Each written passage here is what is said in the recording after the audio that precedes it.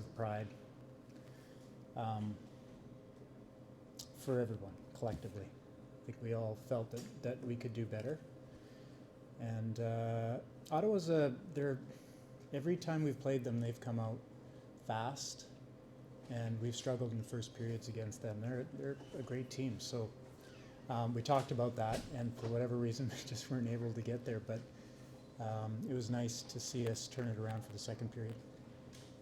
You mentioned pride, right? And emotions, of course, especially later in seasons, can always become a factor in these games. So when you're going into that second period, the third period, how do you keep that team focused? How do you keep them calm? How do you help them through the waves of emotions and the momentum swings between the other team being able to score or you being able to put up 4 in the second period? How do you manage all those momentum swings with this team?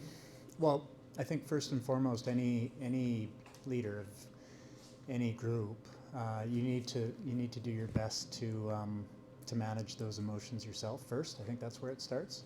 That's not easy for us either. Like, I think we were as emotional in the highs and lows of that game as anyone. But that's where it starts. And you know, I've said it before. We've got a very mature group of athletes, and so they've been in championship games, and they've rode those highs and those lows. And you know, they were doing a great job on their own, just getting each other pumped up, calming each other down. I got a shout out for Jill Saulnier. She was outstanding. I mean, she's been at the highest level and won a gold medal at the Olympic Games. So she did exactly what you need your leaders to do, and you know, she helped her teammates get there. So that was great. Can you speak on Shelton's performance tonight? Well, Schultz is always outstanding for us. She's one of the best defensemen in the league, and when you've got a player that's that strong, that powerful, that cares that much, that has offensive skill to boot, good things are going to come every night. And you know, she was a horse. Probably not the best word, but she was, you know, she did everything that you would expect somebody of her caliber to do tonight, and that was also a big reason why we won. Coming off that, Brooke Hobson also, she scored her first PWHL goal the other day. Tonight she did her first multi-point game of the season. What have you seen from her lately? She's been playing really well, and how does that feed into the performance of the team tonight as well? Yeah, well, she's a younger player, so she's kind of finding her feet a little bit at this level, and you know, with younger players, they kind of go, there's a little bit of a roller coaster there, confidence and lack of confidence, and right now she's on a very positive trajectory. You know, and that's great. You can see it in her play, you can see it in her face. She's enjoying the game right now, and as a result, you know, it's funny when you're enjoying things and things just seem to be flowing, you end up getting a few more points and good things start to happen for you.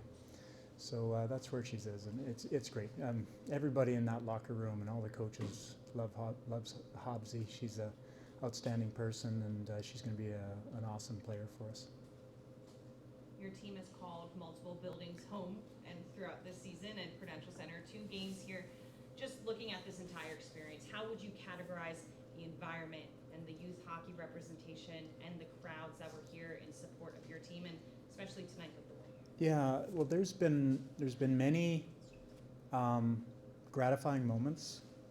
I'm not sure if that's the right word, but through this whole process.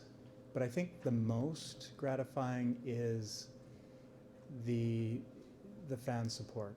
You know, and I know, you know, we're new, and there's so much going on in this area, and that at the 3 locations, I wouldn't say that you know we haven't had out huge numbers yet, but I feel like it's coming.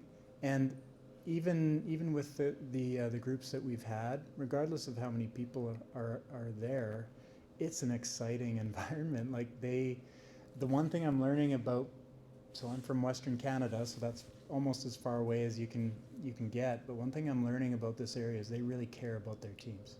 And you feel that whether there's 1,000 people in the stands or 5,000 people in the stands. So that's probably been one of the greatest joys that I've experienced thus far. And also, the flip side of it is, hasn't it been a big challenge, or has it been a big challenge?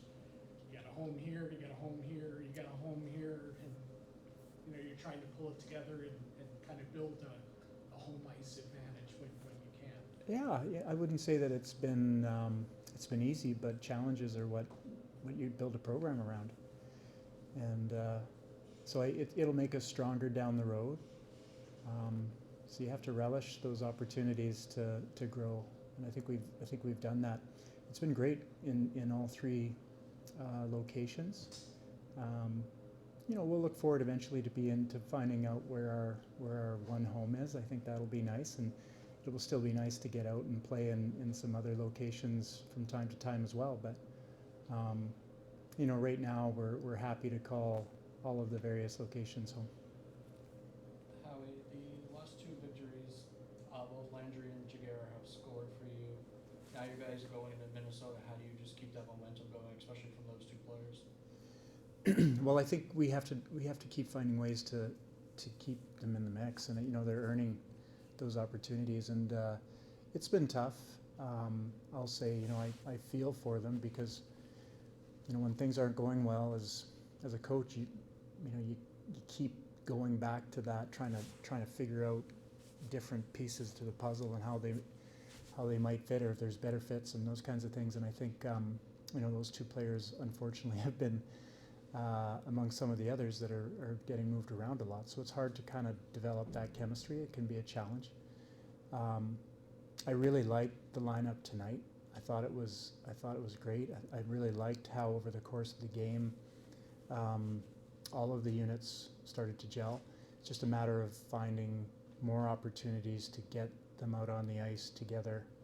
And I think this was the closest that we've been to having four lines out that we feel confident in.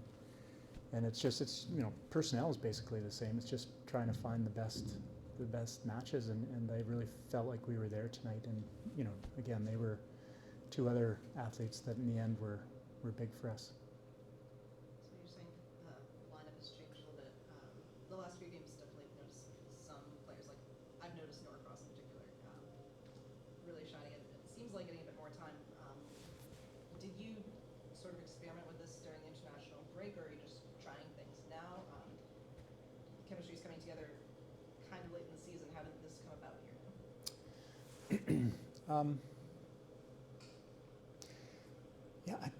We didn't really experiment too much during the break. I think we kind of went back to basics and we tried to, we worked on our conditioning and we worked more on skill and maybe some of the basic tactics. So we didn't focus a lot on groupings necessarily.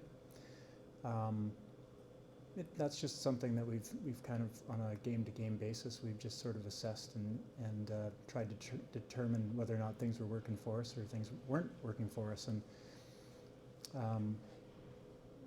I will say that probably in the last 5 games since that win against Boston, that prior to that international break, I think we felt like we were starting to come, like the chemistry was starting to happen, and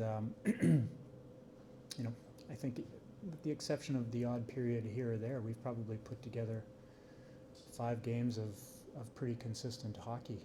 We haven't been awarded with the outcomes, so particularly when you're not scoring a lot of games in regular time, or goals in regular time, you kind of got to go back to the well and try and figure something else out. And hopefully we found it. Finally, we got some regulation time goals, and that was really nice.